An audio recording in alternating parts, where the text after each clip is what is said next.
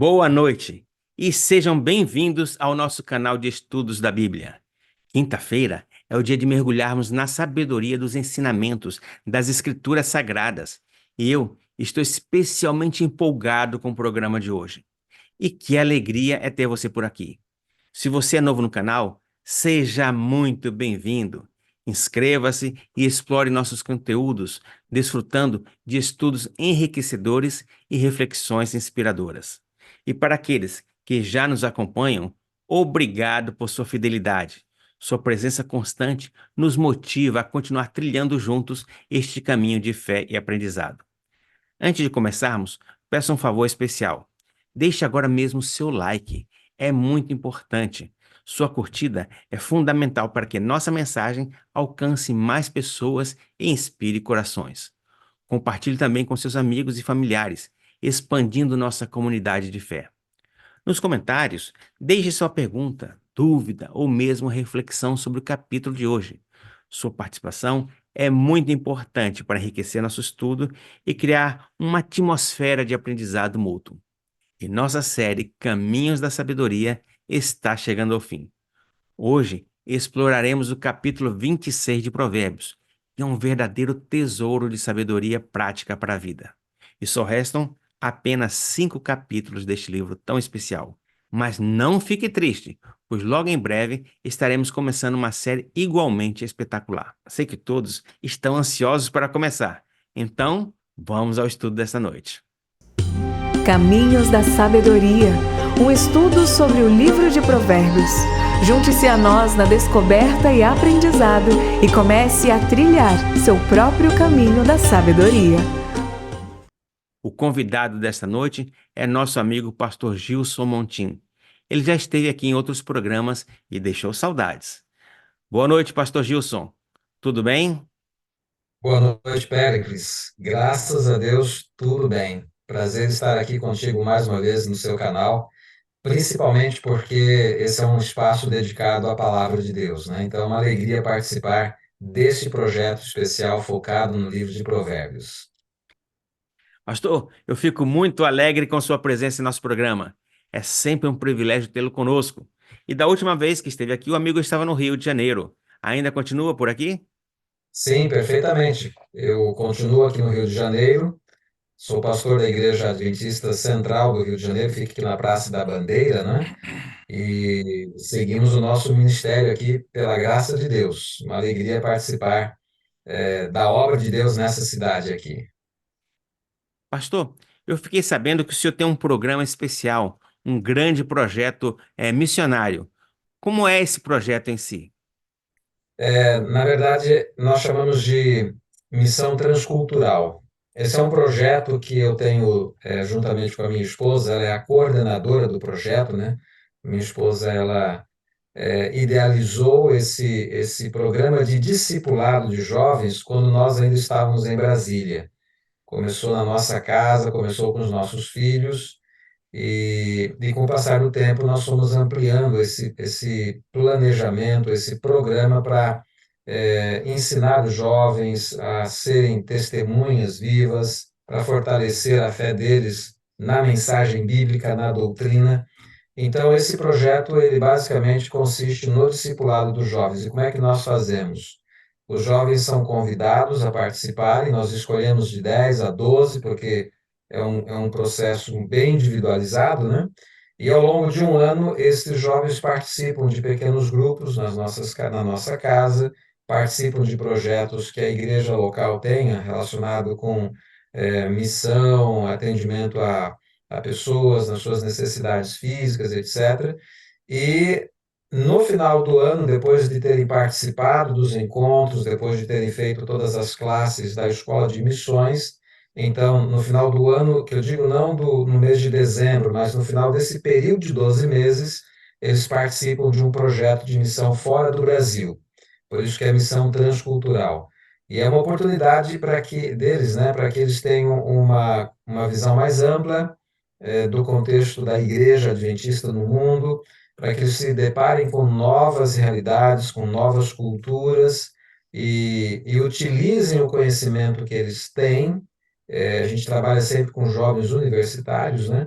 Então, eles utilizam esse conhecimento da medicina, da odontologia, do direito, da engenharia, da arquitetura, da enfermagem, da psicologia, enfim, da área do conhecimento deles, eles utilizam em benefício de pessoas que são visitadas ao longo do projeto, nas suas casas, fazem palestras, oferecem seminários e assim participam ao longo de 10 dias de uma atividade intensa, um mergulho profundo na cultura local e nos projetos que geralmente estão relacionados a evangelismo e também no caso desse último ano agora, que nós estivemos há poucos dias em julho, lá no Peru, nós participamos de um projeto de implantação de uma igreja numa localidade onde não havia adventistas.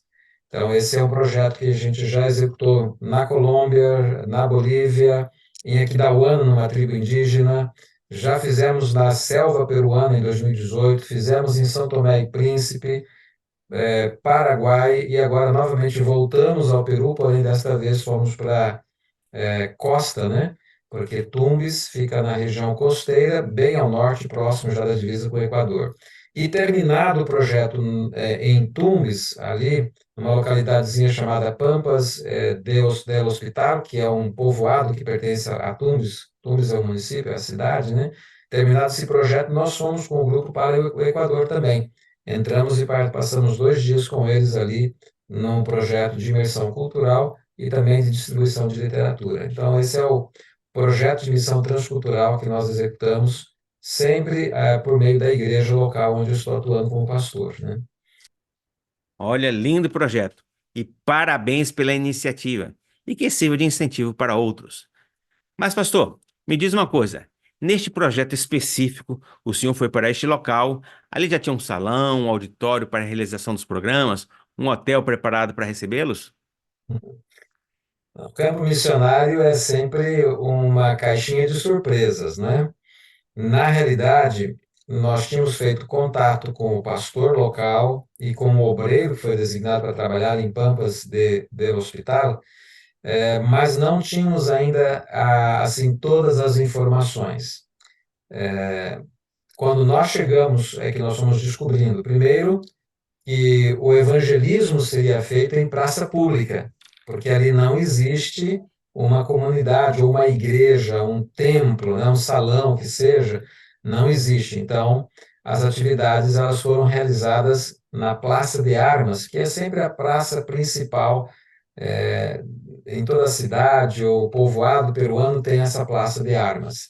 E geralmente é um lugar que é bem conhecido, as pessoas frequentam, as famílias passam por ali. Então, o evangelismo foi nessa Praça de Armas. E algumas surpresas, por exemplo, a primeira delas é que nós tivemos que enfrentar ao longo de toda a semana uma verdadeira praga de gafanhotos. Perdão, de gafanhotos foi da Bíblia, uma praga de grilos, né? É que eu justamente me lembrei da praga dos gafanhotos lá dos egípcios. Praga de grilos, mas é absurdo. Eles tomavam conta da praça, do palco, dali, e a gente tinha que pregar e cantar e fazer as coisas tirando o grilo da cabeça, da roupa, batendo, porque forrou o chão de grilo. Mas mesmo assim as pessoas vieram, estavam ali, não se importaram com os grilos, e cada noite vinham mais pessoas para ouvir a palavra de Deus, a pregação da Bíblia, né, dos temas relacionados aos milagres de Jesus. Outra surpresa interessante foi que ficamos numa casa que a comunidade ali preparou para a gente, mas nos primeiros 4 dias nós não tínhamos água. Simplesmente, no dia que a equipe chegou, a água parou, secou nas torneiras. E dizem as pessoas ali que isso nunca tinha acontecido. Mas só foi a equipe chegar, a água acabou. E por 4 dias não tinha água para nada, nem para banho, para banheiro, para nada. E aí vem a improvisação, vem a criatividade, né? Uma noite Deus mandou uma chuvinha e os missionários, as moças, inclusive, que estavam ali, correram para colocar baldes, bacias para colher a água do telhado para usar nos sanitários. E para beber, obviamente, a água mineral que nós comprávamos, e para banho tínhamos que ir a um rio que ficava mais ou menos 1,5 km de onde estávamos ali hospedados, né? Íamos para o rio e tomávamos banho de rio porque era a única opção para tomar um banho ao longo do dia. Foi uma experiência bem interessante, foi muito bom.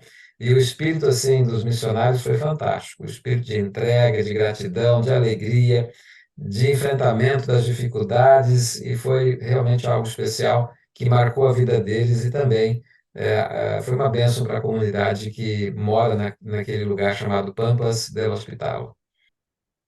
Pastor, que experiência, hein? Que experiência maravilhosa.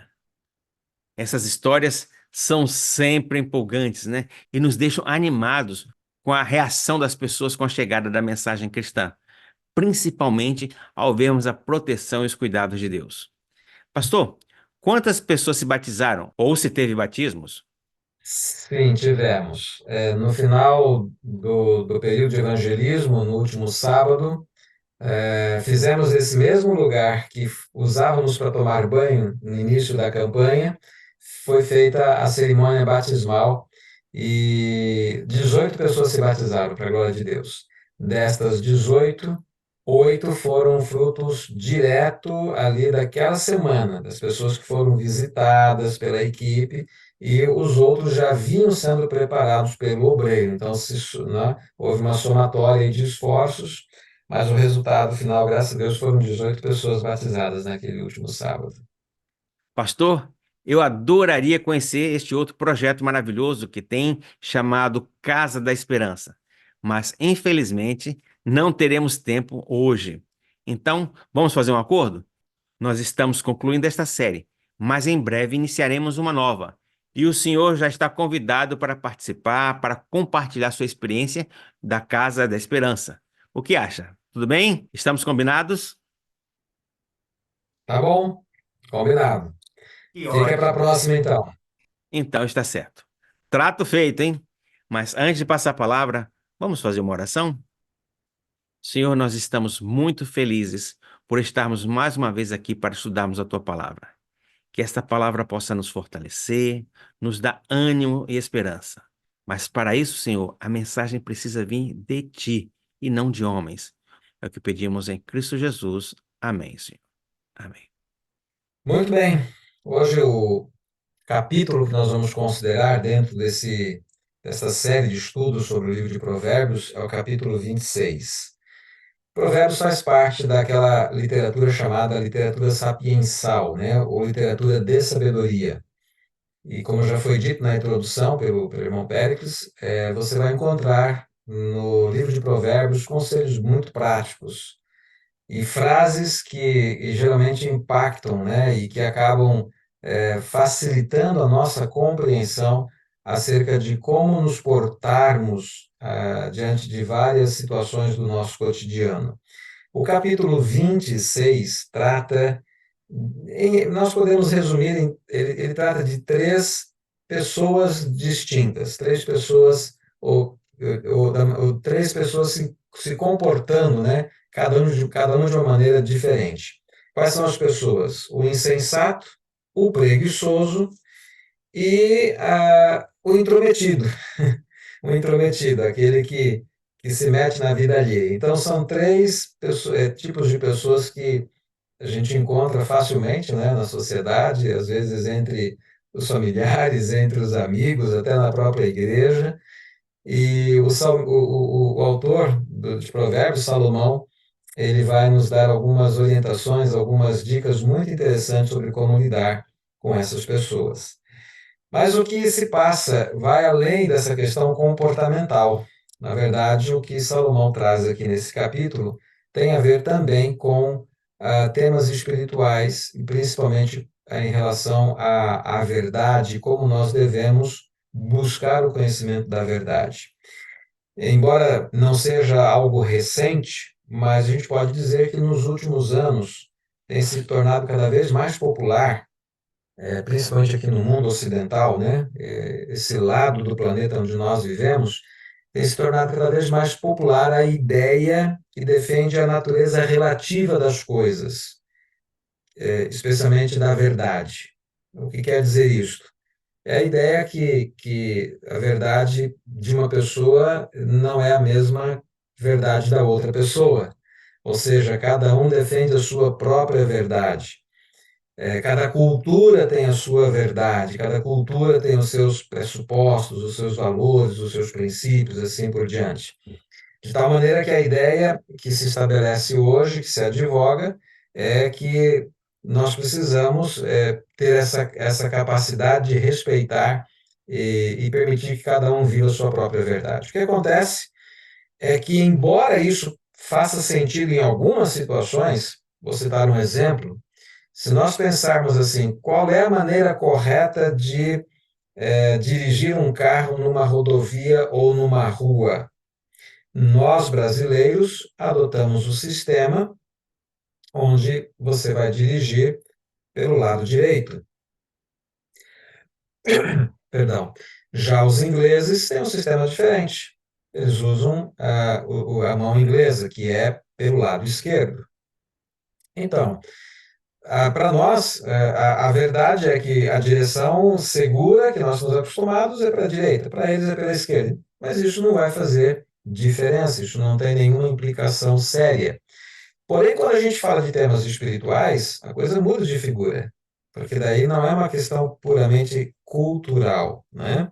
Quando a gente fala das questões espirituais, também no âmbito moral, o apego à minha própria verdade pode ser um erro muito perigoso.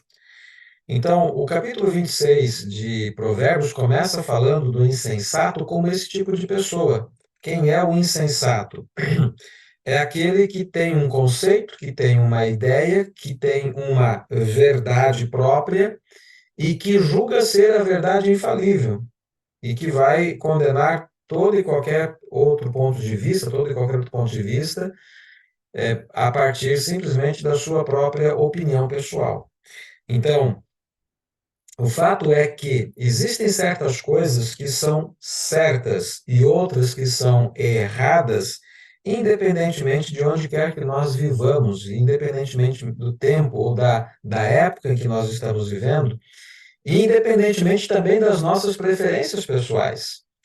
Mas o insensato, ele não consegue fazer essa análise. Então, de acordo com o que Salomão escreveu em Provérbios capítulo 26, no final das contas, o que nós precisamos entender nesta noite é que o nosso ponto de vista precisa estar submetido à palavra de Deus e às verdades contidas na palavra de Deus. Ou seja, a referência deve ser a Bíblia, a referência deve ser a revelação e não a opinião pessoal. Mas o insensato, ele consegue distorcer até mesmo aquilo que está revelado, né? Então, o versículo 11 e o versículo 12 desse capítulo traz uma figura que o Salomão utiliza, que é até bastante forte, pode até causar um certo impacto negativo, porque ele diz assim, em relação à forma como o insensato age, como ele se comporta. Salomão diz o seguinte: como o cão volta ao seu vômito, assim o insensato repete a sua insensatez. Você conhece alguém que se julga sábio? Pergunta ele. Há mais esperança para o insensato do que para ele. O insensato já é um indivíduo perdido, mas aquele que se julga sábio, Salomão diz que ele é pior do que o insensato. Tem mais esperança para o insensato do que para aquele que se julga sábio. Em essência, é a mesma coisa. Ele está dizendo às pessoas que vivem as suas próprias verdades, seus próprios conceitos, que se baseiam numa opinião pessoal e que ignoram aquilo que está revelado na palavra de Deus. Isso nos faz lembrar, por exemplo, um período de tempo em que Israel viveu sem direcionamento, o período dos juízes. E lá em Juízes, no capítulo 21, no versículo 25, diz assim: naquela época não havia rei em Israel. Cada um fazia o que lhe parecia certo. E aí está o problema. Quando cada um faz aquilo que pensa ser o correto, sem uma referência segura, sem a revelação como norma, então haverá muita confusão, haverá muita dificuldade, porque cada cabeça será uma sentença e cada um terá sua própria verdade e no final das contas o resultado é confusão, nada mais, nada menos do que isto.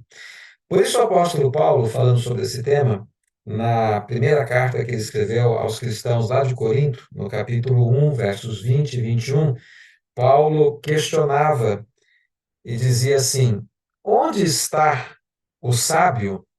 Olha a pergunta: onde está o sábio? Onde está o erudito? Onde está o questionador desta era? Aí ele continua: acaso não tornou Deus louca a sabedoria deste mundo? Visto que na sabedoria de Deus o mundo não o conheceu por meio da sabedoria humana, agradou a Deus salvar aqueles que creem por meio da loucura da pregação.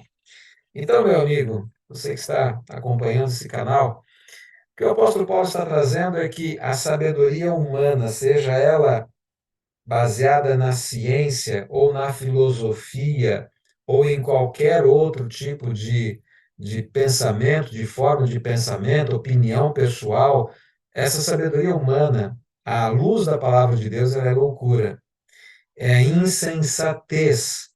E a verdadeira sabedoria, ela advém de Deus, e Deus a concede por meio da revelação. Mas o insensato, que é o primeiro grupo de pessoas aqui, do capítulo 26, ignora a revelação e vai viver a sua própria sabedoria e vai ensinar segundo os seus próprios conceitos. Então, de acordo com o que lemos, nós devemos ter cuidado para não nos julgarmos sábios, pois os que assim se julgam, na verdade, não estão conscientes da sua própria insensatez. É uma forma, digamos, é uma cegueira, né? O indivíduo não consegue perceber a sua própria insensatez.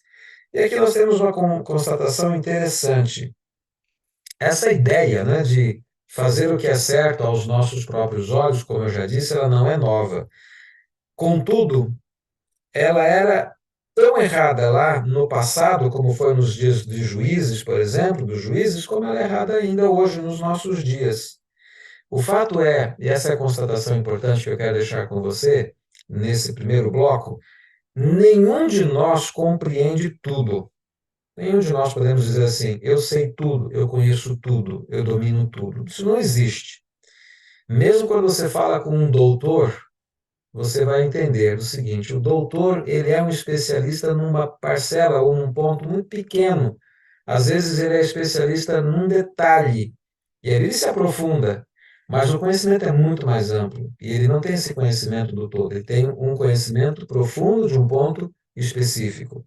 Então, ninguém conhece tudo, essa é a grande verdade. Não compreendemos nada na sua totalidade. E todos nós temos áreas em que precisamos crescer e aprender. Portanto, devemos estar sempre abertos ao fato de que não temos todas as respostas. Mas o insensato, ele pensa que tem todas as respostas, ele pensa que tem todo o conhecimento, e muitas vezes, e essa é uma preocupação que Salomão expressa aqui nesse capítulo 26, muitas vezes o insensato exerce uma influência forte sobre as pessoas, principalmente se, além de um insensato, ele for também um indivíduo bom de oratória, de argumentação. Tem insensatos que são convincentes. Eles conseguem fazer com que as pessoas acreditem na sua verdade, que de verdade não tem nada, de fundamento não tem nada, mas são tão convincentes, falam com tanta propriedade, com a oratória, com o olhar, com os gestos, que as pessoas acabam acreditando que realmente eles estão corretos, que eles estão certos, né? Por isso, o autor aqui de Provérbios, ele expressa essa preocupação, né? E no capítulo 26, no verso 8, ele fala, inclusive, dos grandes problemas que nós podemos experimentar seguindo o conselho de um insensato, acreditando naquilo que o insensato traz, né? Aquilo que ele apresenta, aquilo que ele prega. E muitas vezes a insensatez ela é propagada, rotulada como se fosse sabedoria, e aí o estrago se torna ainda maior.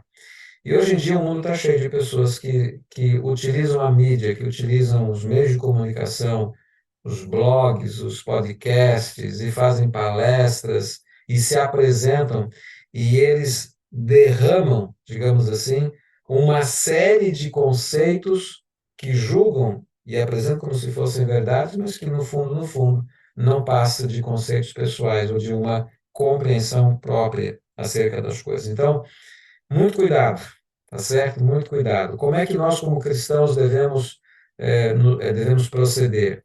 Nós precisamos usar o escrutínio da palavra de Deus.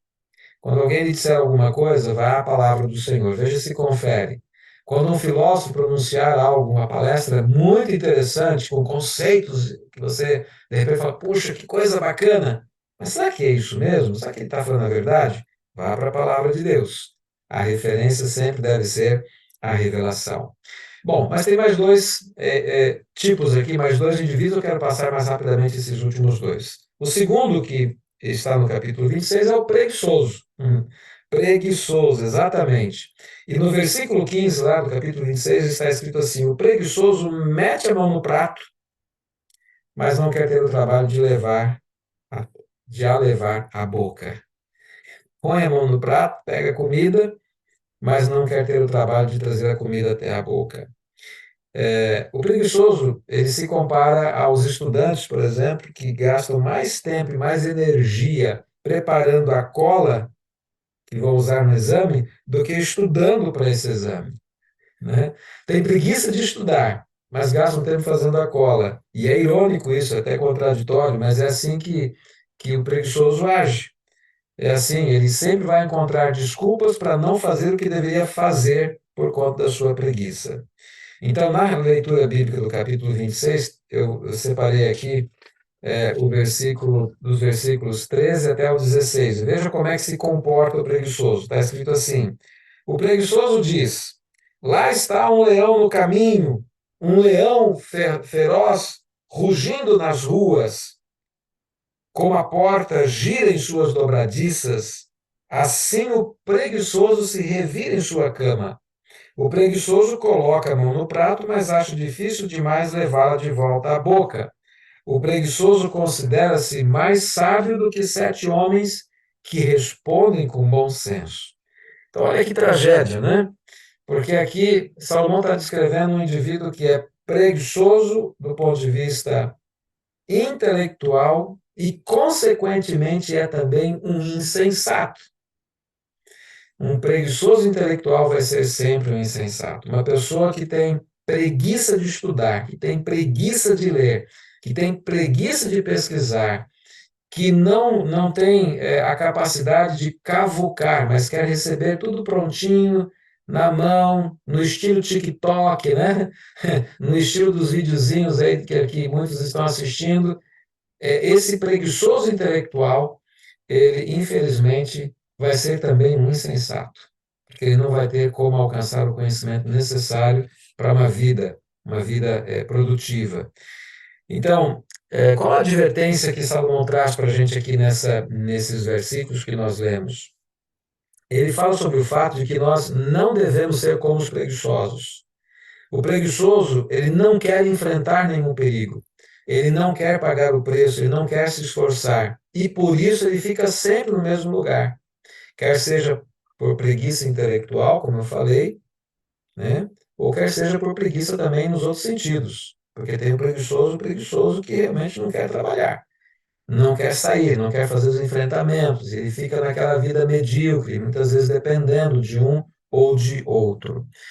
Mas o pior é que muitos acabam não percebendo que estão sendo enredados nesse tipo de comportamento. Veja, quando Salomão diz assim, que o preguiçoso olha e diz assim, lá fora tem um leão está no caminho, no verso 13, pode até ser que tenha mesmo um leão no caminho. Se a gente considerar ali o contexto em que eles viveram, talvez alguém algum dia saiu para fora da sua casinha lá e percebeu um leão por perto. Como pode acontecer hoje em algum lugar aqui do mundo, né, onde existe esse animal, onde existe uma onça, assim por diante. Pode até ser que tenha um leão no caminho, mas a questão é o que fazer? Qual a atitude? Como é que a gente vai reagir? Como é que a gente vai responder a essa circunstância?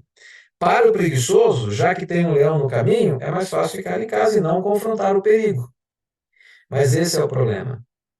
Quando nós preferimos ficar na zona de conforto, quando a gente prefere ficar no lugar conhecido, que a gente considera um lugar seguro, Quando nos falta essa iniciativa, essa disposição de ir além, de ir para o desconhecido, de fazer os enfrentamentos, nós vamos perder grandes oportunidades. O preguiçoso, ele despreza grandes oportunidades que são apresentadas diante dele na sua vida, no seu dia a dia.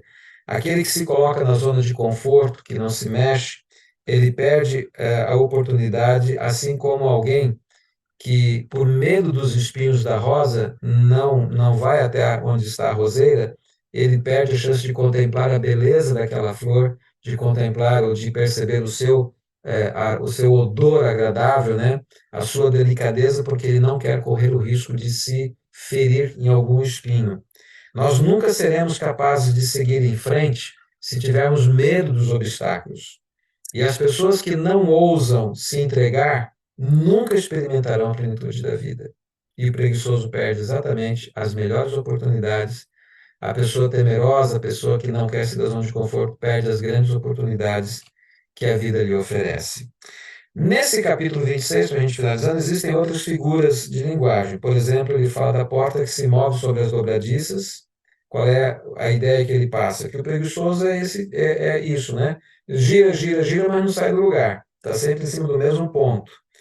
E a outra figura de linguagem que ele usa é aquela do prato, né, de comida, que o preguiçoso põe ali a mão no prato, mas não tem disposição de fazer o esforço mínimo sequer de trazer a comida para a boca, a fim de se alimentar. É uma forma, digamos assim, talvez até um pouco exagerada, mas é bem pertinente porque revela justamente esse triste fato de que uma pessoa preguiçosa, uma pessoa que não se dispõe a ir à luta, ela vai deixar de fazer as coisas mínimas e de receber também, consequentemente, as bênçãos, né, do resultado do seu trabalho, do seu esforço. Então, já falei sobre a preguiça intelectual, que é uma tragédia, e eu quero deixar aqui um pensamento que está num livro chamado Patriarcas e Profetas, escrito por uma escritora americana adventista chamada Ellen White, uma das pioneiras da Igreja Adventista, onde ela diz assim, abre aspas, no juízo, ou seja, lá no final, né, quando todos tivermos que comparecer diante de Deus no acerto de contas, no juízo, os homens não serão condenados porque creram conscienciosamente na mentira, mas porque não acreditaram na verdade, porque negligenciaram a oportunidade de aprender o que é a verdade. Sob esse ponto de vista, queridos amigos, a preguiça intelectual, ela é um grave problema, porque o indivíduo que não estuda e não se aprofunda também na palavra de Deus, ele vai ter que enfrentar o juízo, não por aquilo que ele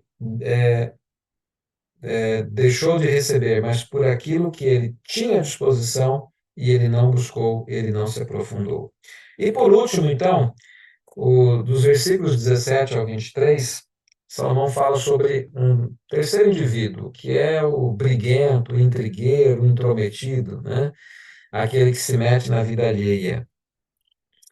E o texto diz o seguinte: como alguém que pega pelas orelhas um cão qualquer, assim é quem se mete em discussão alheia.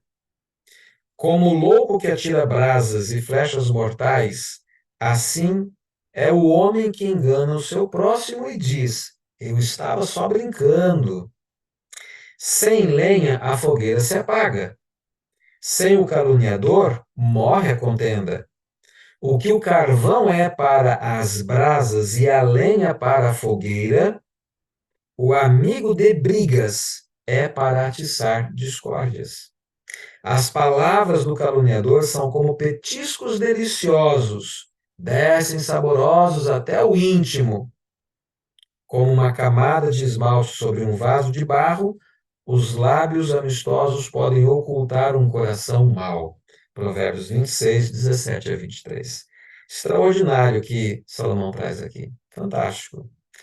Mexericos e provocações levam a brigas.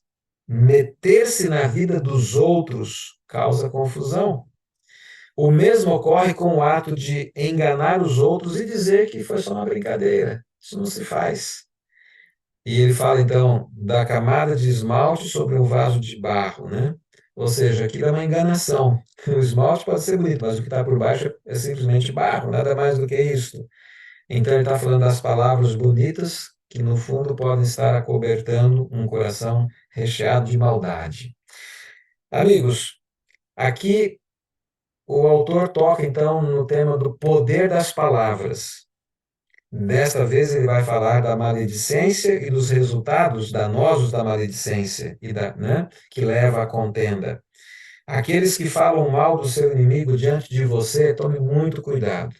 Quando alguém te abordar falando mal de outra pessoa, mesmo que seja de um inimigo, não deveríamos ter inimigo, né? Mas mesmo que fosse de uma pessoa, né?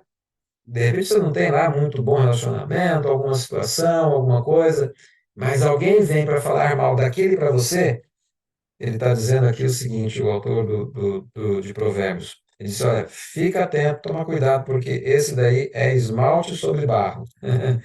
Esse daí não é confiável, em outras palavras, né? Aqueles que falam mal do seu inimigo diante de você, para você pensar, né, que ele está do seu lado, na verdade, esses são como o carvão que alimenta a chama, que alimenta, né, o fogo, alimentam a contenda e conduzem para o fogo de maiores problemas ainda. Bom, por fim, os lábios ardentes, diz ali o verso 23, eloquentes, podem esconder um coração maligno. E a eloquência, como eu já disse no início, ela não necessariamente significa algo bom. Ela pode ser uma forma, uma estratégia para um fim ruim, para um objetivo ruim. Então, o político, por exemplo, que deseja ser eleito, ele vai usar de eloquência. O vendedor que deseja vender suas mercadorias apela para a eloquência. O galanteador que deseja seduzir uma mulher vai também usar a eloquência, mas não necessariamente porque tem boas intenções. Às vezes pode ser, na verdade, de fato, com más intenções. Então é isso. Provérbios é cheio de sabedoria, cheio de conhecimento, né?